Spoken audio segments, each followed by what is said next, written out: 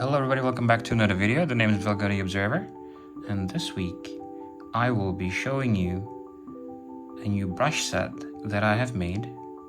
So it contains 45 brushes that I made myself and 2 optional ones. So all these are custom made brushes. 5 of the brushes contained in my free pack. Let me just show you here. These 5 are also contained here, okay? So it's got 45 including the 5 free ones and 2 optional ones, and optional means brushes that came by with Procreate by default. So just in case you don't have any of these brushes, it's called the medium hard brush and the soft brush. You could find these 2 in the airbrushing category, so it's right here, medium hard brush and the soft brush, but I went ahead and provided you with them in this brush set too, so you don't have to copy it from there and move it in here. So because if you, like I said, well, if I leave it in here, then I'll have to keep switching back and forth between these 2, and I have to keep scrolling to look for the other one. And if I want to go back here, and I'll have to look for the one that I used for drawing again. So I like to just keep it in one category. I keep it in this one environment, right? So all of these brushes are good for line art, they're good for drawing, they're good for coloring, they're good for painting, and they're good for writing. You can do that with all of them, although there are some brushes, specifically 3 down here, that I only use for special effects, and we'll discuss that one later. So we're going to, first of all, I'm going to show you some art that I've made using these brushes, and all of these are on my YouTube, by the way. If you want to check them out, I'll provide links down in the description on how I drew all these. So you can see all these textures, right? I'm zooming in all the way, and I didn't have to apply textured brushes to this, so I only drew like I normally would, but because these brushes are textured to begin with, I naturally get these textured effect to my art, because I guess that's just my jam. I did try to look for brushes that look like this online, but none of it really clicked with me. And I like these a lot because it makes it somewhat detailed, even though I didn't try to add much. All these textures, it's especially for quick drawings like these, it makes them look as if it's absolutely brimmed with detail. You can see all these textures, right? So they're very good for texturing without putting in the extra effort. Okay, let me just show you another. I did this one too. This one's actually quite HD, so it's large. I'm zooming in all the way. So this is like a tree concept that I came up with. It might look okay, clean, probably, if you zoom out, but when you just zoom in a little bit, you'll see more texture, and then if you zoom in even more, you'll see even more texture. It's just everywhere, right? So it behaves very much like an ordinary airbrush, but they're textured. And here's another one. This one's a portrait, black and white. It looks very much like charcoal and chalk and pencil. And again, also on my YouTube, this one's a sketch that I did. It's more outline-y, it's got outlines. All these background whites, they're all textured. Okay, so now we can go back to the actual brushes. Let's clear this, and we're going to start with the rectangular ones, and I've added these emoticons just so you know which ones are rectangular, and these are similar looking, right? Let's start with this one.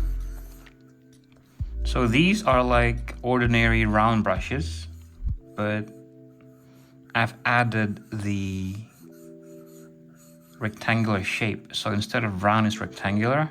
I actually prefer this because I'm not a round brush type of guy. And I mean, I can still make perfectly round shapes using the rectangular brush, right? Like these curves.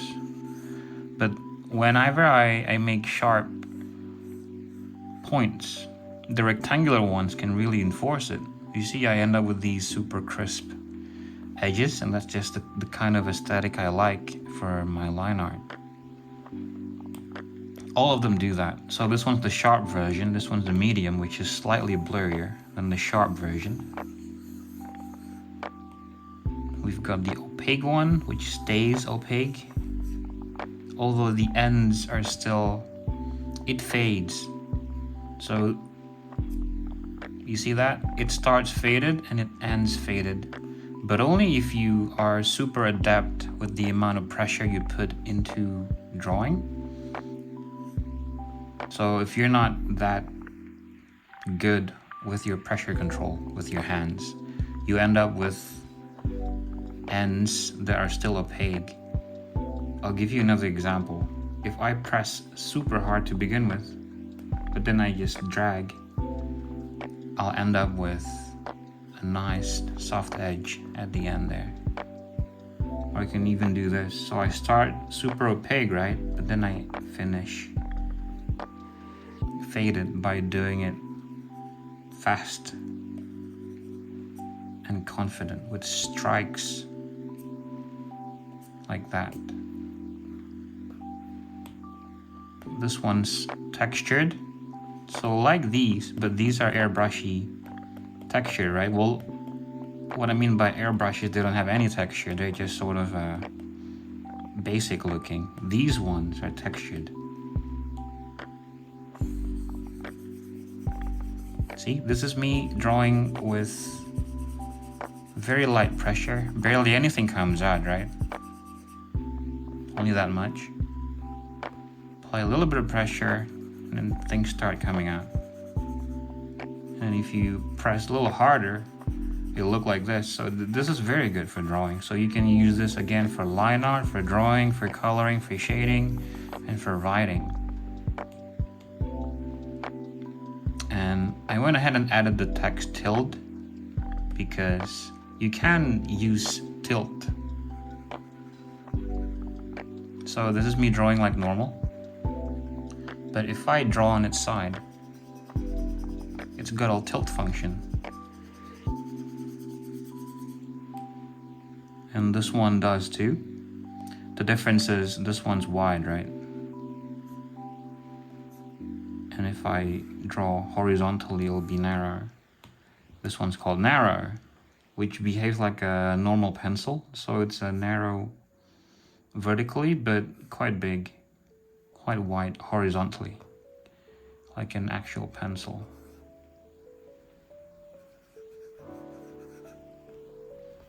Right? And we've got the round ones now. Pretty much just like these ones, but they're the round version. So we've got round medium. Let's go bigger so you can see what medium means. It means blurrier, right? And I like blurry ones because blurry ones tend to look good in all resolutions. And if I were to draw in small canvases using sharp brushes like this one, things tend to look bad and pixelated. But if I draw using these round ones, they tend to always look good in all sizes. So these are good for that. And this one's the medium hard one, but it's got pressure applied for size. So press harder and you get thicker lines. And this is similar to that one, but this one's textured.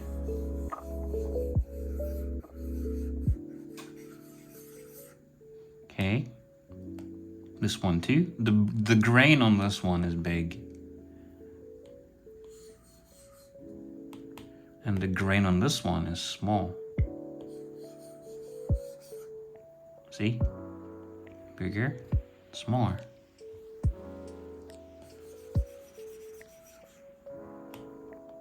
And these ones got rough edges. go bigger now, so you can see. See that? The edges are rough.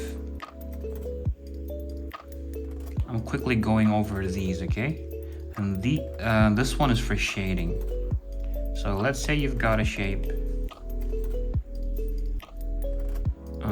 Let's make a random shape. Not really sure what.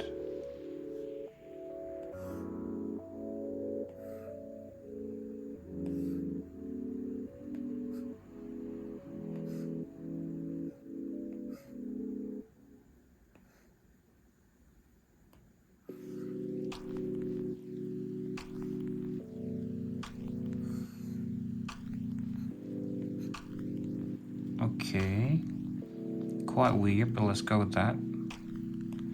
So this one's good for shading. How big is it? It's kind of small, so let's go bigger. See, this is good for shading.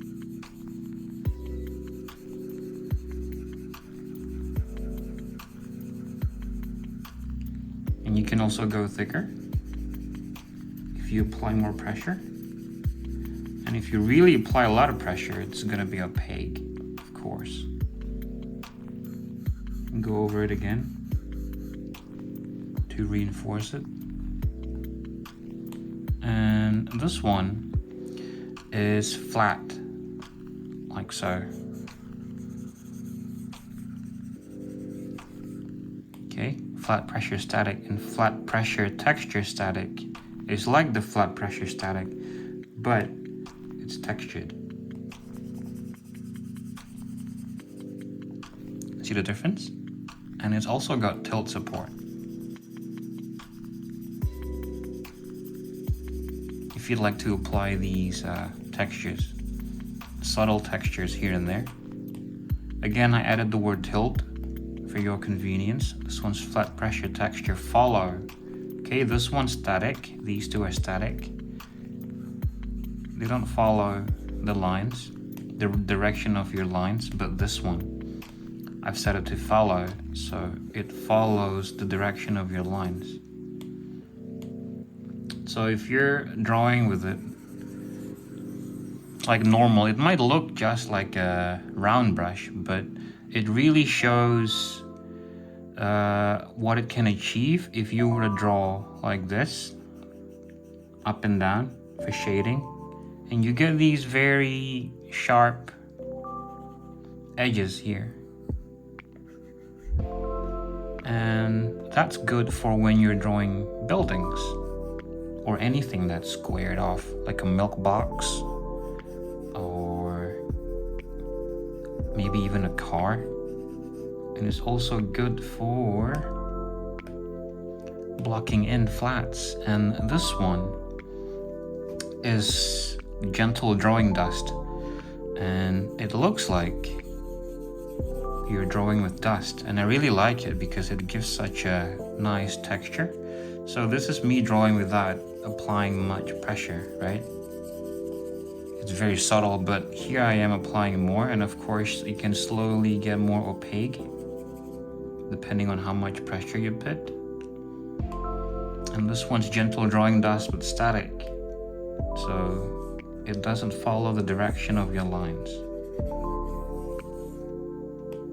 And this one's flat drawing dust, static. Hang on.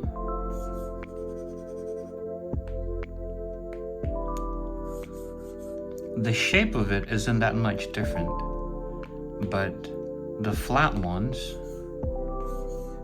are more bold than the gentle ones. And I'll show you the difference here. So I'm gonna shade first with the flat one, but with the gentle one it happens to be much more gentle when you shade with it, so it's easier to control. And this one's flat fine dust down here, and it follows the direction of your lines.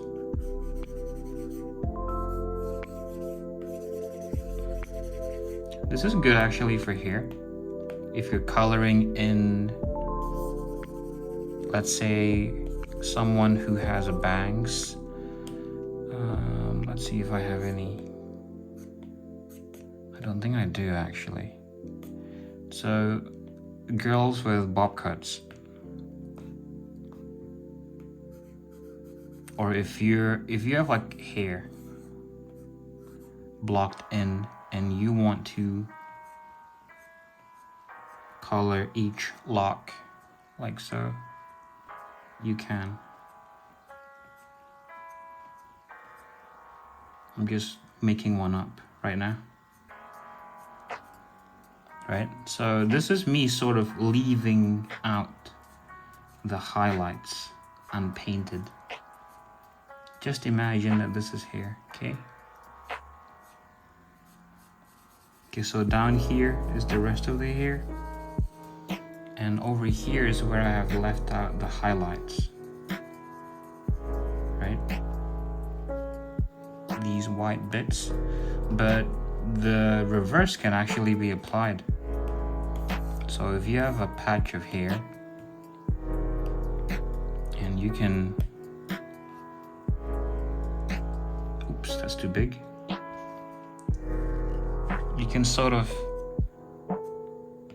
you know, I'll go with a more saturated color. Let's shade it first, somewhere here. And if you go brighter, you can sort of bring out the highlights like that.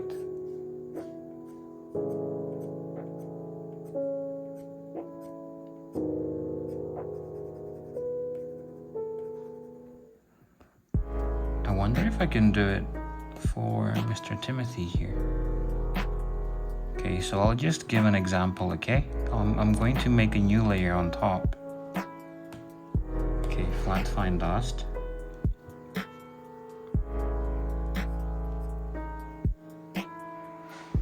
Too big.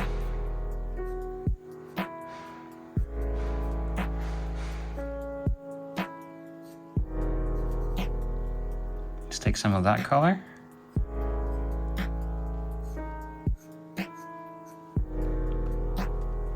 Yeah, looks quite nice. Just going to add it here and there.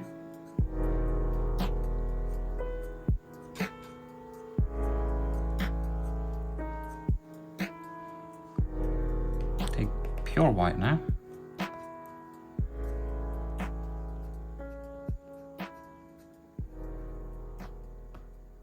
There, that's what I mean. See that? Makes it look extra shiny. But I'm going to get rid of it now because nothing in this picture is that shiny. So if I were to make that part shiny, it's gonna stand out, right? So I'm going to have to add stuff like that everywhere else just for it to make sense, right? So I'm just going to leave it out. But you know what I mean. So let's get back to the demo. Clear that. And let's go for a blue this time. Carry on to rough dust. This one's fine, right?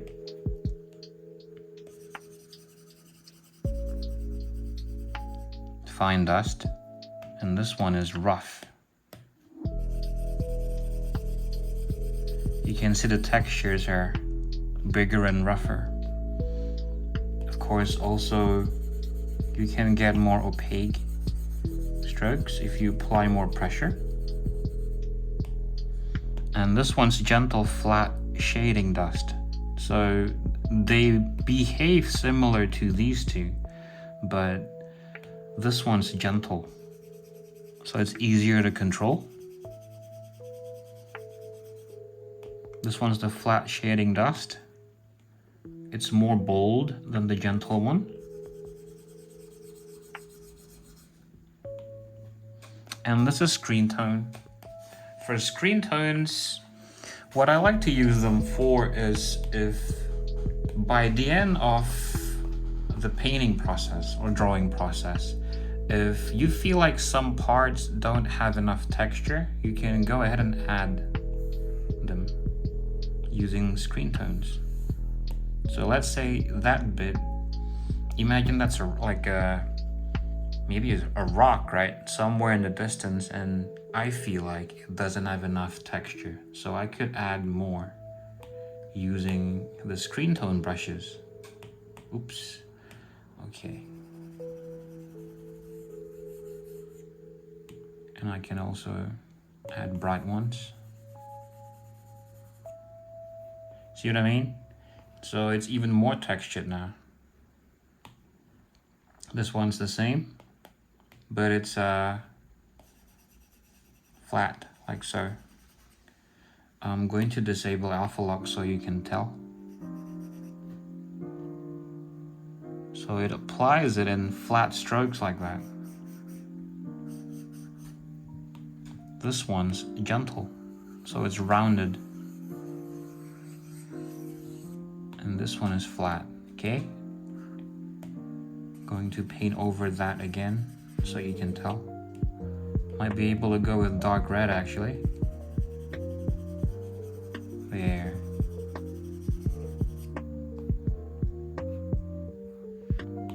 Let's move on to the wild one. So also screen tone, but it applies it in a wild manner, so it's more chaotic. This is good for if you are, let's say, this is just an example, okay? You're painting a desert scene and you feel like there should be some texture in the air because of all that sand and dust being blown by the wind, you can do that. Or if you just you're the type of person who just likes texture in your drawings, and you can also add this on an overlay layer, or you could also use this as a glow effect, like on a linear dodge layer. Okay. So it works sort of like a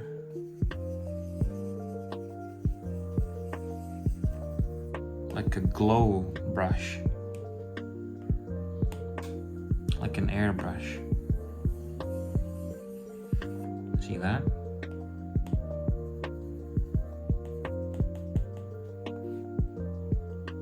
But it's got the texture of a screen tone. So it's not like this one. It's completely smooth, right? This one's got a texture.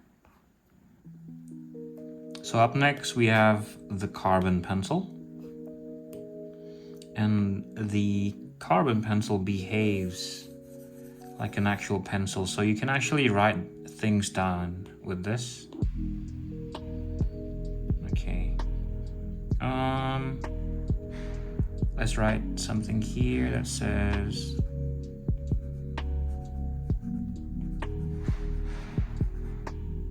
marksman, or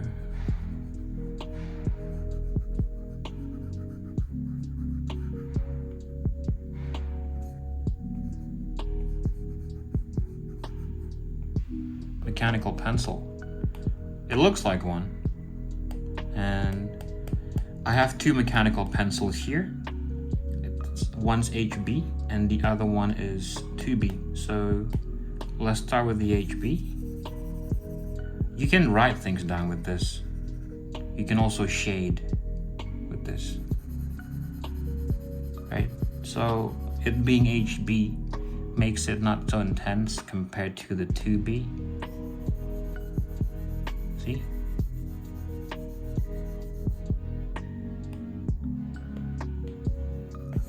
But this is very good for line art. If you've ever drawn on a notebook using your own mechanical pencil, then you're gonna love this one, the mechanical pencil ones. And I've got here Bilbo's pencil, which is exactly what it says. I actually have another one called Bilbo's quill, which is again exactly what it says. This one's Bilbo's pencil. And I've been working on the quill, and I'm not sure if I should put it here in hand drawing, because this is more of a handwriting brush, right? So I don't want to ruin the theme. And let's just go ahead with Bilbo's pencil test something out, and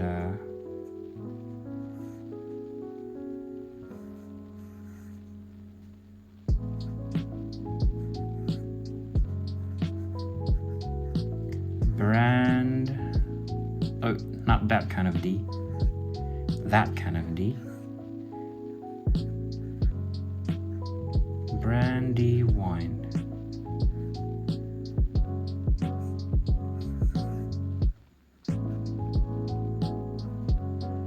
Brandy wine river. Or we could maybe write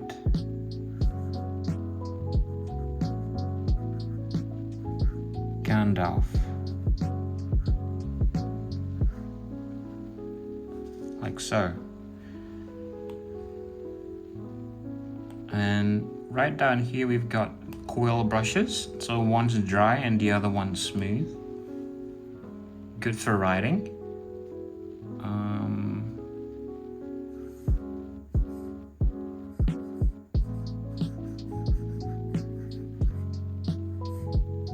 Feather. And this one's smooth. So let's just compare. That's what the quill dry looks like, and the quill smooth is smoother. See the difference? This one's the smooth one and this one's the rough one. The dry one, I mean. So these are good for line art and also for handwriting. These are pencil brushes. Okay, so this one's soft and it's also got a tilt function. So you can draw on its side and get these very nice subtle marks. It's good for shading. Let's say you're drawing people, you know, figurative drawing, you're drawing portraits. And this is me applying it with a moderate amount of pressure, by the way, and it's still not overwhelming, right? So you can very easily just shade things without having to worry about it going all that deep and dark and opaque. And this one's the rough one. So again, you can use it for line art and you can also shade with it. What is the difference, you may ask, with the carbon one? Well, the carbon one does the same thing, but the difference is these ones can go from super transparent to opaque, and the carbon one is always opaque. But look at here. Some spots where I've applied less pressure is less opaque. Well, it's not actually less opaque. It's just textured, so they break off. You know what I mean? So if you zoom out, it looks like it's actually less opaque. Let me just give you an example here. I'm gonna shade something. It's a visual trick. See that? It looks like it's less opaque, going to very opaque here. But it's actually not. It's actually opaque all the way. But because it's textured, it's giving you the illusion that it's less opaque over here when you zoom out. So keep that in mind if you like drawing with super dark pencils. And this one, again, another one of my favorites. It's called the subtle sketching brush, and this is very good for sketching. And if I apply no pressure or very light pressure, it gives me this nice wispy effect. So barely anything's coming out, right? Which is the way I like it. And then if I apply some more pressure, I'll get gradually more opaque lines. And this is very good for, let's say I'm about to make like maybe a face, right? So I'm drawing like this and nothing comes out, right? If it's always opaque, then it looks like a total mess. But this one, at least I feel that it emulates the feel of drawing with actual pencils. So barely anything comes out when I draw with light pressure, right?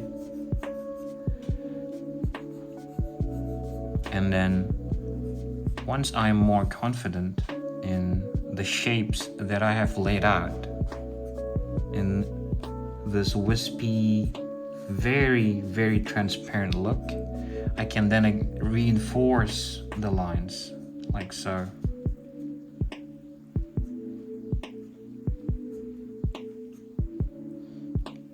And that way, since the underdrawing, these parts, the initial sketch lines are not very visible to begin with, I just leave them there. I don't erase them.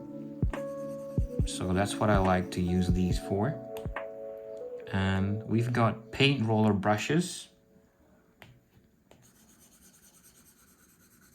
but they're dry, right?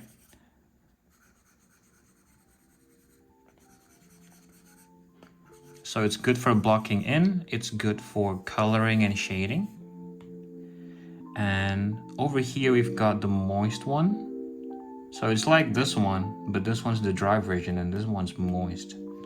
And let me just give you a zoomed in view of the dry one. Looks like this, right? And the moist one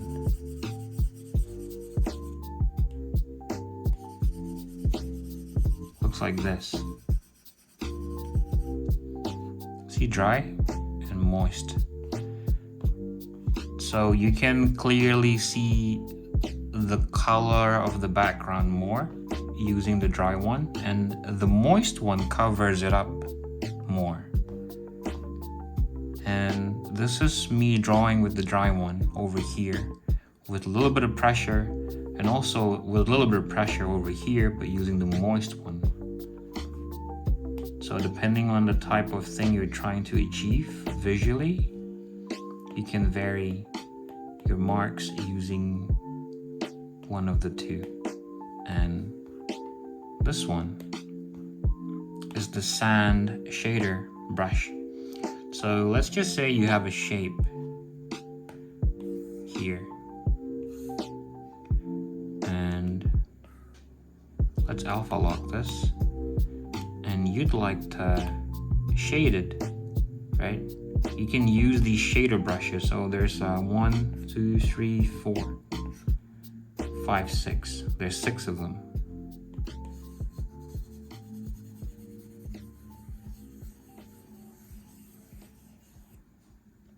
So this actually looks like a planet right now, but if you zoom in, you'll see that it's actually not a regular soft brush. This is actually textured, right? So I used that one, and I can use the fine shader one. These are all similar, but they're a little bit different, about 20% each. So go ahead and try each of them and see how you like it. Oops, my door just got shut by the wind. This is looking kind of like Jupiter. This is the wild sand shader. You can see the marks are wilder, applied more chaotic. Let's go brighter. And this one's glow sand texture. Okay, so it's kind of like these. You know what? I think I should add an emoticon in the back. Let's search. Oh, here we go. There. So we're on a normal layer, right? But this actually applies a glow.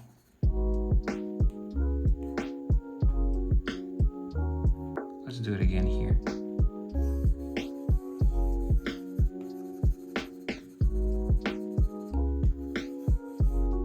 And if that doesn't look all that clear, let's go with the purpley red color.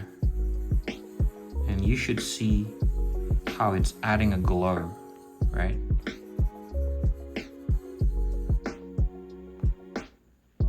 To the orb. And I'll demonstrate again here. So I'm using a glow brush, right? And it's laying down the exact, well, not exact, it's laying down the color I chose, but it's applied a glow effect.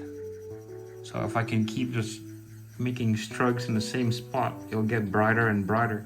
So this is a good way if you're struggling with drawing like energy balls or like fireballs. You can do it this way. And this is the stippling brush, which is also for texture, but it doesn't have a glow.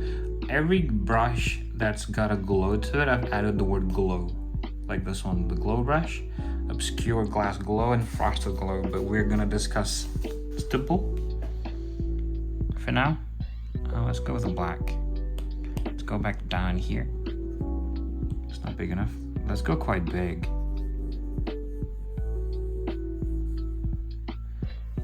This is very spray paint like, right?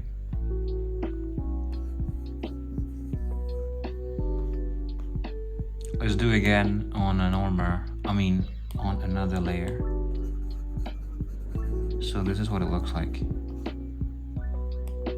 And this one's the same, but it's got a pressure to it. So apply more pressure and it's gonna get bigger.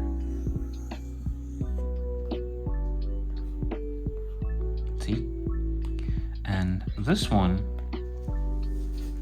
is my favorite default Procreate brushes. These two, my favorite Procreate brushes of mine, specifically for blurring things out. So let's just use those. And let me show you what I mean. And I like to go about halfway here for smudging. Because if I go 100%, it's just so strong. You know, it blurs things out so harshly. But if I go somewhere in the middle, it's very gentle. Right?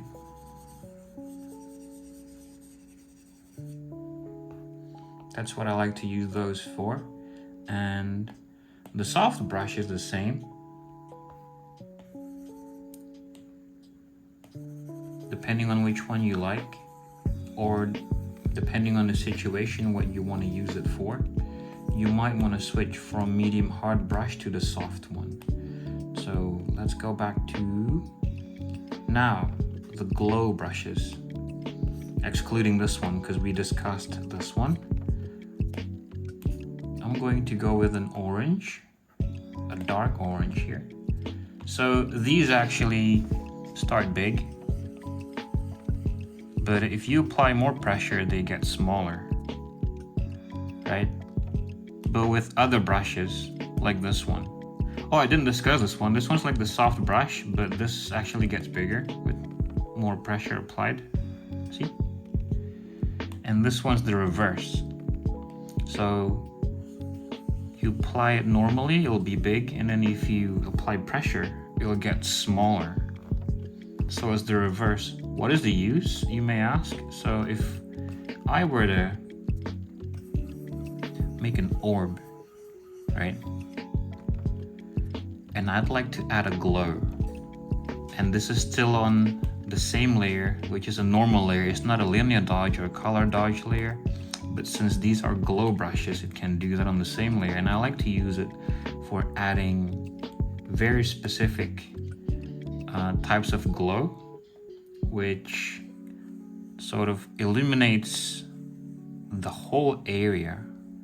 And then as you get closer to it, it gets more intense. So let's do that again. Boop. Another one down here. And we can go smaller now.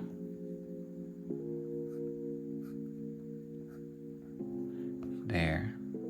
So that's like a fireball.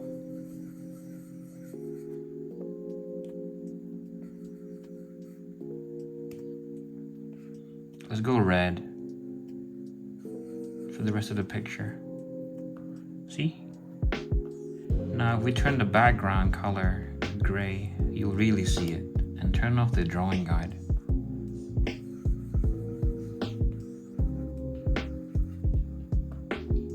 Let's do another one below.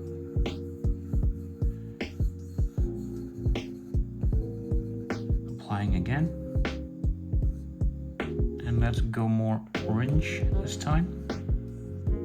And add a purple too.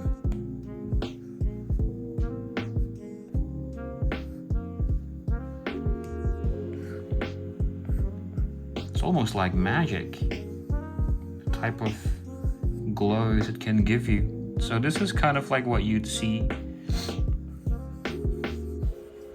you know, the kind of lights that you would see in nighttime in the city. Lots of different colored lights.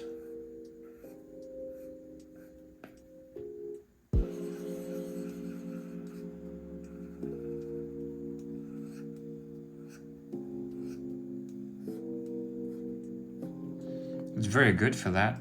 Although you can also add it on a linear dodge layer and it should do the same thing.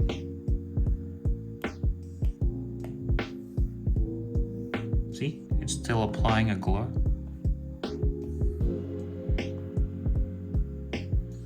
Now, that one is the airbrushy looking glow brush, and this one is the obscure glass glow. So it should add glows that resemble obscure glass. See that? And it also shrinks when you apply more pressure. So let's do that again over here.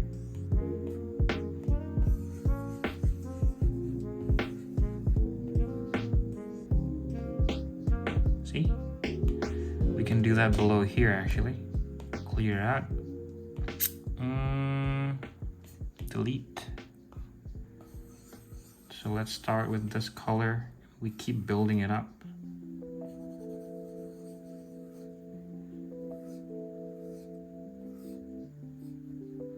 And let's go a different color now, a more orangish color. You see that now?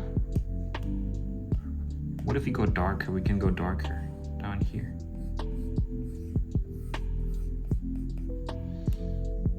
You can't really make any mistakes with the glow brush. It'll always look like lights no matter what you do.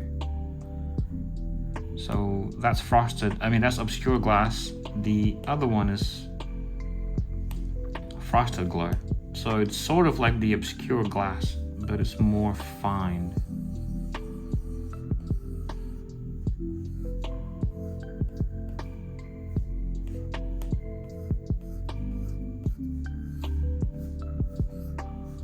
See that? This is very fine. This is rough. Obscure glass and frosted glow. So that's about it. That's all of the brushes I have to cover. It's quite a lot, right? So it's 45 custom brushes and 2 optional ones. And what I recommend you do is, assuming you are new and you don't really know what to do, what I recommend you to do is to just pick out maximum 2 brushes out of all of these, right? To finish a whole picture. So let's say you go with this one, just for an example. This one, to create a picture, and you start, let's say you start with outlines. Like you start with outlines and then you color it below, right?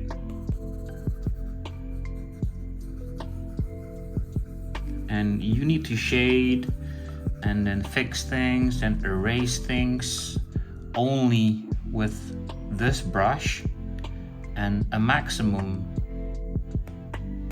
you can go is another brush, so a total 2. That way your picture will look not too chaotic, it will actually look nice. There's going to have like a uniform look to your finished painting because you didn't use more than 2, okay? So each of these brushes, you can try them out one by one, but I don't recommend you to use like 10 of these for a single picture because I think it will look more chaotic. And what I mean by that is, to a more experienced eye at least, it will look like they don't know if you actually made a good painting, because because it looks like you used so many brushes to create that painting. So it's either like a happy accident, like you made a good painting by mistake. Well, not by mistake, out of pure luck, you made a good painting because of your brushes, or you actually drew a good painting, painted a good painting because you are able to make a good painting because you didn't use that many brushes, right? And that's not a strict advice, by the way, it's just a guideline for you. You can abandon that advice that I just gave you if you'd like, that's fine. And the second reason is, especially if you're a beginner, if you use more than two, it's gonna get confusing, you know, simple as that. So the less you use, the better, because it's just easier to understand. So anyway, that's gonna be it for this demo. If you'd like to see some other paintings and drawings that I have done using these brushes, then go ahead and click on the links down in the description below and have fun watching all of those. It's like hours long. So this is like a time lapse that I did using these brushes, right? Let's go faster. Give you a quick look. So those are the sped up versions. Here's another. See?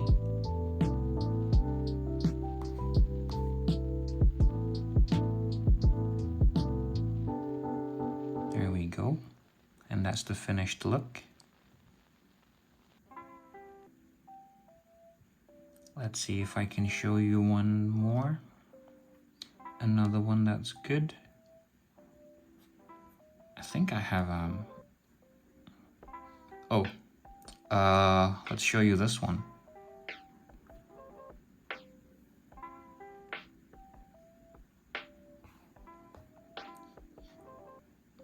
So this is me making line art with them. See? You can use these for line art, it looks nice. I think I used specifically the pencil, no, I think the rectangular one. Here. I used this one, rectangular pressure, texture, tilt, narrow. I used that one for this particular mushroom, the line art. For blocking it in, I think I used something else. It could have been any of the dust ones, any of these. I don't remember, but for the line art, let me see if I can just show you what it looks like. So I'll add a new layer below. So this is what the line art looks like, right? It looks very pencil-like. I think I used this one. This one. Let's go with black.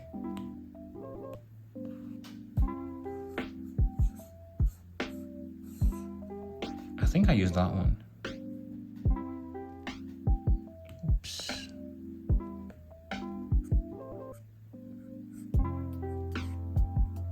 Yep. That's what I used. So let's undo everything and continue to continue to showing you some other ones. So this is just a quick replay of what I've made using these brushes, right? So go ahead and click the links down in the description below if you'd like to see the full duration of these videos, right? And just to close this video, thank you very much for watching, and hope you have fun with these brushes, because I sure have. Over the last couple of months, I've been deliberately pushing back when I'm going to be planning to put this on my Gumroad, but I do feel like this is ready. I've spent quite a long time now testing them out, and I think they're perfect the way they are now. And I do plan on adding more, because as you can see in my vault here, Velga's vault, there's so much that I'm still working on. so much that like this might consist of like 50 brushes, and I'm going to be shrinking them down to only like 10, and a lot of them are going to end up in the hand drawing brush set, so keep an eye out for that one. But anyway, thanks for watching, and I hope you have fun with these brushes. If you've got any questions, feel free to ask down in the comments below, and I'll do my best to help you out. And I'll see you in the next week's video. Goodbye.